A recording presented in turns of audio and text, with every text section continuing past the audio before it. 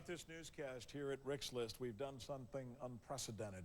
We have been able to take you underwater to do the very first live reports in the muck of the Gulf of Mexico, where the oil and the dispersant has combined to create a turbid effect. And this is the first time we've been able to actually experience this for you and file the reports as we were doing it. But interestingly enough, someone I've been following now for the better part of a month is Susan Shaw. Susan Shaw is a marine toxicologist who you're about to hear from. She dove into the oily Gulf waters to see for herself what was going on underwater. She was the first to do so. I read her columns, and I've been trying to get a hold of her, and every time we called her, she was some place like, you know, Tokyo or Hong Kong or something, and we couldn't get a hold of her. So finally we got her, and what a perfect day to talk to her, because Susan, I don't know if you know this, but we've had Philippe Cousteau and some of our people underwater today showing us this, these murky waters that they say would normally be clear, but now they're not. First of all, thank you for being with us. Your impression of what is happening in the Gulf of Mexico beneath the surface. Well, when you go into the water, you realize quickly what's going on. The oil from the surface is breaking up into smaller pieces, globules. And this is a dispersed oil that contains the Corexit. And so it's a combination of Corexit and oil. And I think what people don't realize is how toxic that dispersed oil really is. The Corexit contains solvents, petroleum solvents. The oil contains hydrocarbons, and the combination is lethal to many, many organisms under the water. But when I was there, I could see it looks exactly like plankton. Plankton gets all mixed up in it, and it kills plankton right away. But all the fish and animals that eat plankton, like the small fish, they're going after this dispersed oil and taking that in. So that's another layer where you have an immediate lethal effect on a part of the food web. And that's what we've been concerned about all along. So that's interesting. You know, I hadn't heard that before. What you just explained to the viewers is that the animals that generally eat plankton, sometimes large animals, whale sharks eat plankton, interestingly enough, or take it in. Whale sharks. Yeah. And because it looks like plankton, they're eating it, but actually what they're eating it is a combination of oil and dispersants? That's right. They're going through these animals go through the water column with their mouths wide open. They're indiscriminately eating what they think is plankton. And with all this dispersed oil in the plumes, that's exactly what they're eating, is dispersed oil.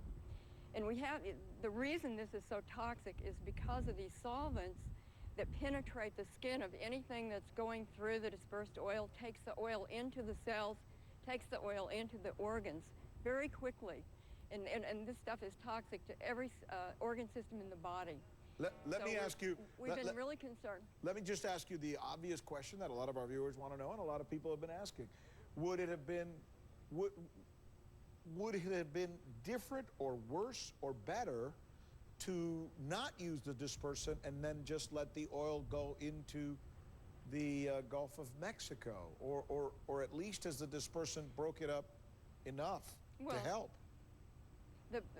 Well, this was a trade-off that was discussed, you know, and they made the decision to save the wetlands, the marshes, from the thick oil by dispersing it into the ocean, thinking that that was the least of evils, but actually it isn't the least of evils. We're starting to see a lot of death out there. I just got off of a shrimping boat.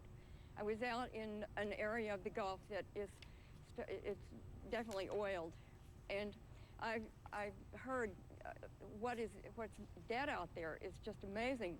All the shrimp have died, all the oysters, all the crabs, all the small fish. I was out there for hours on this boat. We saw barely any birds. This is an area that is so rich in life, and now there's so much death out there. There's no fish, the birds are starving.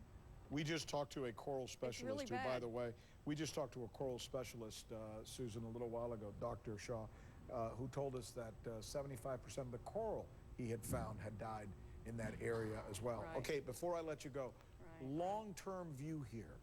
as a scientist, as an expert in Right. this particular field, what do you believe will be the long-term effect of that which we're seeing now, which we can't yet understand, perhaps?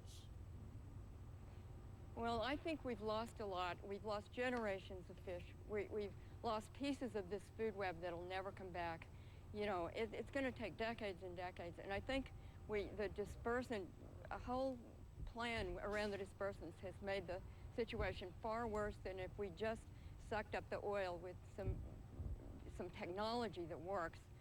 That would have been far better. But now we're going to look at long-term effects throughout the food web and in people. And if I can tell you what happens, because I was in the oil to people. I don't know if we have the time, but Go ahead, finish up. You've introduced something. You've piqued my curiosity.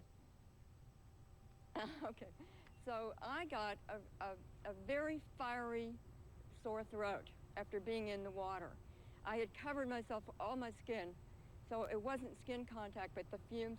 But I talked to shrimpers today who were throwing their nets into the water. It's about a month ago when they were using the more toxic Corexit, the 9527.